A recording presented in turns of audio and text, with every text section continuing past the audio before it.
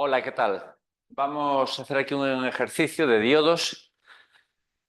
Recordamos de una forma superficial, pues, que el diodo tiene dos estados de conducción, es decir, de conducción, dos estados posibles, perdón, porque sería la conducción cuando le aplicamos un potencial con esta orientación, de manera que el diodo conduce en el sentido de la flecha. Decimos así que está el diodo en polarización directa, siempre y cuando esta tensión supera la tensión interna V gamma si es que la tuviese.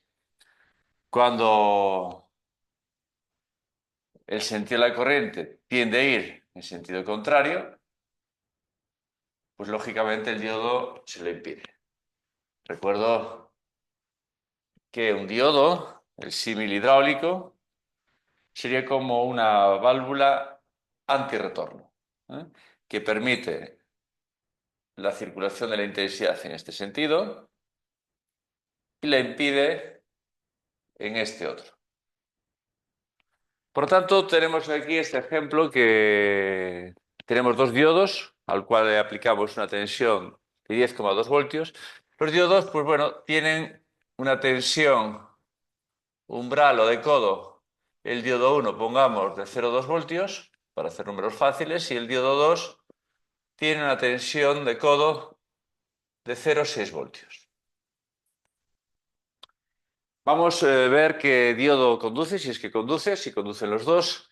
¿Cómo comprobaríamos eso? Y a partir de ahí, pues podríamos calcular, pues eso, la potencia, etcétera. ¿De acuerdo? La intensidad entregada, la potencia entregada por la batería, cualquier magnitud de ese circuito electrónico. Por lo tanto, si me dan diodos que tengan una tensión de codo, lo más adecuado es sustituir esos diodos, es decir, la característica tensión corriente o estática del diodo, ánodo-cátodo, este es el ánodo, este es el cátodo, sería sustituir esos diodos que me dan, tiene esa tensión umbral V gamma. Uno tiene 0,6 y otro tiene 0,2. Bien, entonces lo suyo sería sustituir, lo mejor forma de resolver esto, la forma más sencilla, sería sustituir esos diodos, esto sería un diodo D, ahí está la tensión ánodo-cátodo, sustituirlo por un diodo D' que no tiene tensión de codo, con su cátodo que no cambia, su ánodo, que sería ánodo prima, y la V gamma que la retiramos fuera con esta polaridad, como sabemos, de vídeos anteriores. ¿De acuerdo? Bien, de manera que la característica tensión corriente de ese diodo, es decir, intensidad en este sentido, cuando conduce el diodo, tensión ahora sería ánodo prima cátodo, ya sería pues, un diodo sin tensión de codo. ¿De acuerdo? Sería esa característica. Entonces vamos a hacer eso. Por lo tanto, lo que vamos a hacer es que esto lo sustituimos por, tenemos esa resistencia limitadora ahí de la intensidad, que vale 1 kiloohmio, 10,2 voltios. Aquí ponemos D'1 y la V gamma la vamos a poner delante del ánodo. ¿De acuerdo? V gamma del 1, que es 0,2 voltios.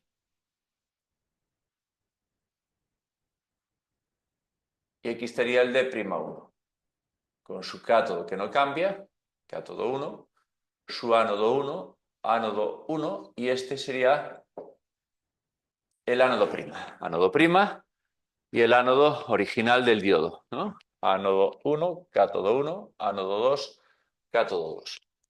El otro diodo tendría una tensión de codo de 0,6 voltios. Le llamamos D'2, de manera que ahora su característica sería esta. Cátodo 2, ánodo 2 y ánodo prima 2. Con esta disposición de potenciales, se nos podría venir a la cabeza que conducen los dos.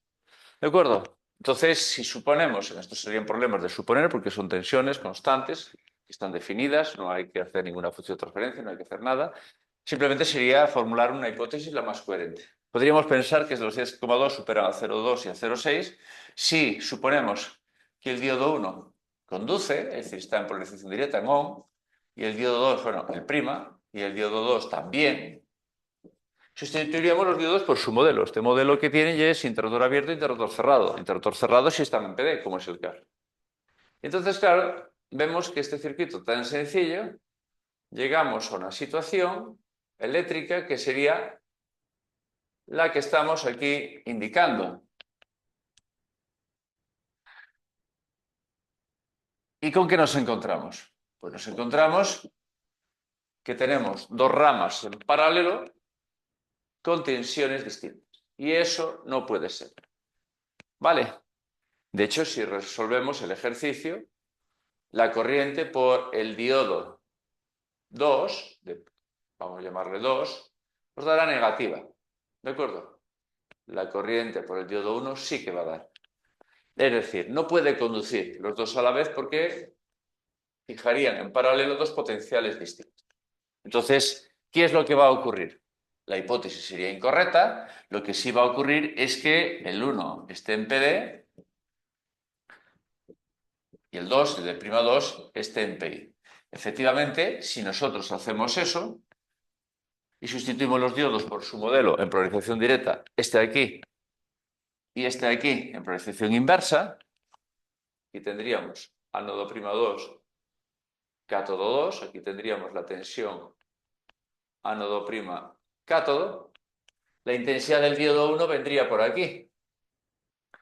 Resolveríamos, tendríamos que comprobar que esta intensidad es positiva y aquella tensión es negativa o como mucho cero, ¿de acuerdo? Para ver que efectivamente este está en PD, corriente existe, positiva en ese sentido, en el sentido ánodo-cátodo, y en la otra tensión pues es negativa.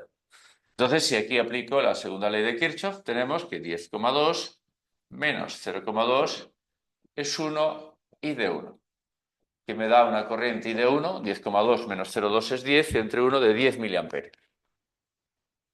Esa intensidad es positiva. Una primera condición que sí cumple. Debíamos calcular esta diferencia potencial, ¿de acuerdo? Si tenéis alguna dificultad en esto, de calcular la diferencia potencial, tenéis un vídeo, ¿de acuerdo? De cálculo de diferencia potencial, allí en la lista de reproducciones del canal.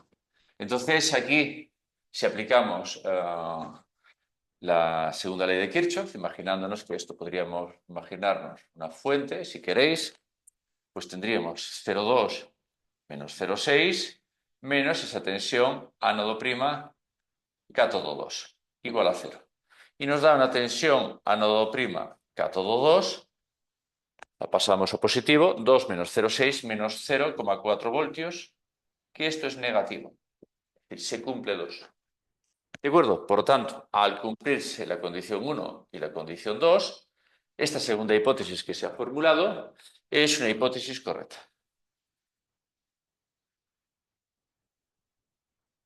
Por lo tanto, cualquier magnitud que calculemos en este circuito responde a este circuito electrónico, ¿de acuerdo?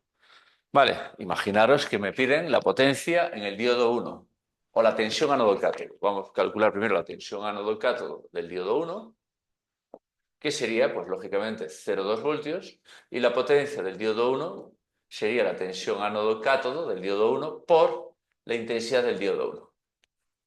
Si tuviese resistencia, habría que sumar más la resistencia por esa intensidad al cuadrado. En este caso no hay resistencia, sería 0,2 por 10 miliamperios, es decir, 0,2 por 10 miliamperios, que serían 2 milivatios. ¿De acuerdo? Bien, esta situación cambiaría radicalmente si este circuito, o podría cambiar radicalmente, si este circuito le añadimos aquí, o sin añadir resistencias, si por ejemplo el modelo de los diodos es con resistencia. ¿De acuerdo? ¿Por qué? Porque entonces cuando yo sustituya aquí ya no será interruptor cerrado, sino que será una resistencia, la que sea. ¿De acuerdo? Una resistencia pequeña en polarización directa.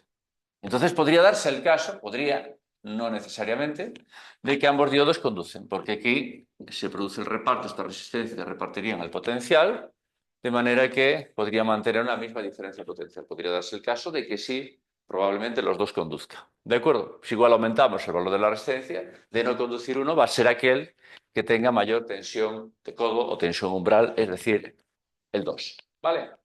Bueno, pues espero que os haya gustado y recordar que se agradece un like y cualquier comentario, eh, porque sí, digamos, me ayuda, me motiva a haceros más vídeos, ¿de acuerdo? Y el algoritmo de YouTube pues, no le da más visibilidad al vídeo. Así que bueno, pues hasta otro vídeo, ¿vale? Gracias por la visualización.